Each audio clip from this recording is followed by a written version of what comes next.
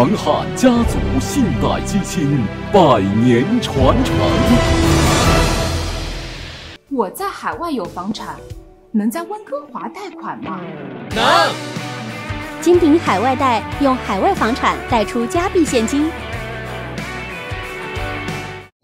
大家好，今天是温哥华时间11月30日，欢迎收看本期的港闻播报，我是 Cherry。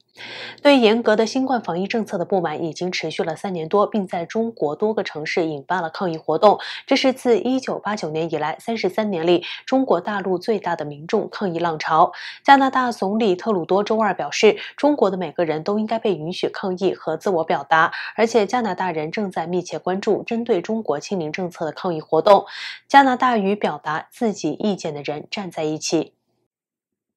特鲁多在渥太华参加内阁会议前告诉记者，加拿大人正在密切关注，在中国每个人都应该被允许表达自己，应该被允许分享他们的观点，并确实进行抗议。他说，我们将继续确保中国知道我们将捍卫人权，我们会与表达自己意见的人站在一起。周二，中国警察在北京和上海出动，以防止出现更多的抗议活动。他们认为这些活动扰乱了数百万人的生活，破坏了经济，并短暂地引发了要求习近平下台的罕见呼声。中国外交部表示，必须在法律的框架内行使权利和自由。周日晚，温哥华艺术馆门口聚集了至少几百名华人，他们举行了悼念新疆火灾受害者、声援中国各地抗议清零政策、要求自由民主中国的集会活动。该活动事前几乎没有任何宣传，但却声势浩大。现场带头喊口号的人士表示，一代人有一代人的使命，现在是我们这一代人应该完成自己使命的时候了。同一天，在加拿大其他城市，包括多伦多、卡尔加里、哈利法克斯、渥太华、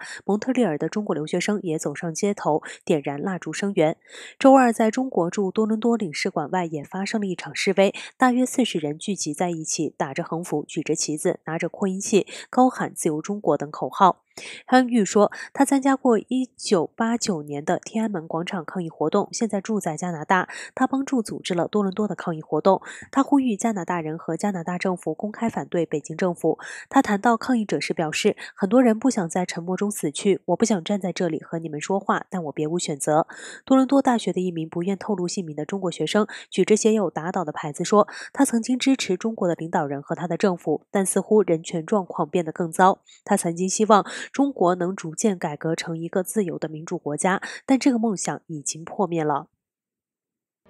景泰资产管理有限公司10年成功运作，实现8.24%和6.17%稳定年回报率。一场下了几个小时的雪，让整个温哥华都疯了。昨天，如果你开车能在1小时内到家，就是天选之子的幸运儿。昨晚，很多人称10分钟的路程开了1个多小时，有的下午4点半下班，晚上11点多才能到家，甚至有网友称花了12个多个小时才回到了家，甚至有些人不得不弃车步行回家。今天早上，依旧有很多车在路边趴窝。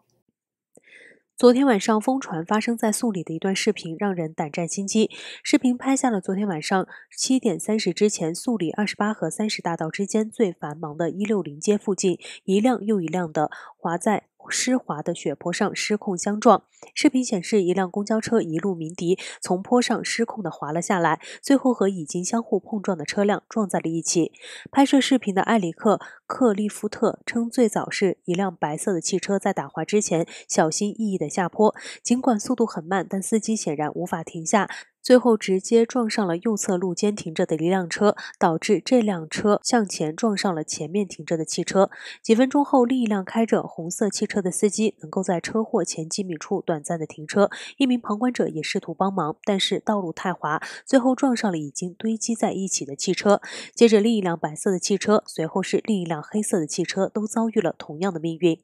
根据 Daily Hive 的报道，赶来帮忙的邻居艾里卡克里夫特发现山顶上的公交车也开始出现失控，一直大喊小心。他的视频显示，这辆便捷的 RAD 公交车速度加快，直接撞上了黑色汽车的保险杠，把整个车阵向前推了几米。几辆汽车的车头和车尾的损坏似乎很严重。克里夫特称，幸运的是事件中没有人受伤。在巴士停住后，车上所有人都赶紧下车，估计有10多辆车在这场多车打滑相撞中受损。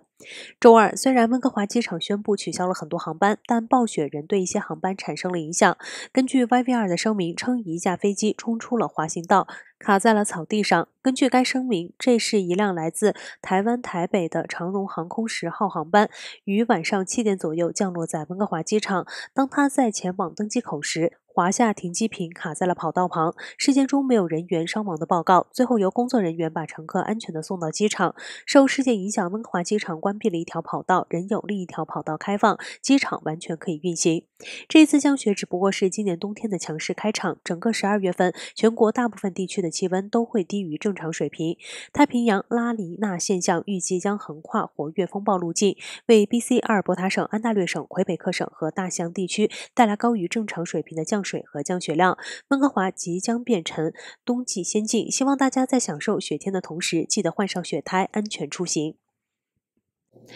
前中国国家主席江泽民因白血病和多个器官衰竭，于北京时间30日中午12时13分于上海逝世，终年96岁。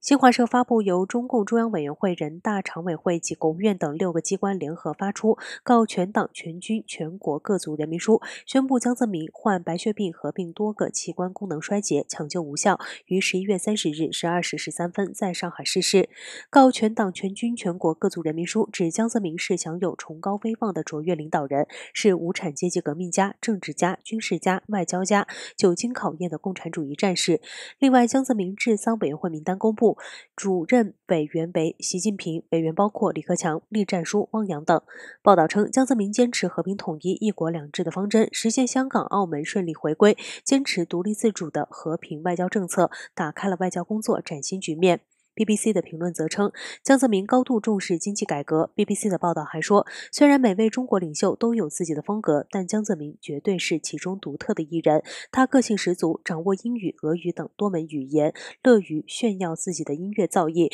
也不介意偶尔袒露真性情。他曾在访问美国时自信地唱起京剧，弹奏吉他，与知名美国记者用英文谈笑风生，也曾勃然面斥香港记者太天真。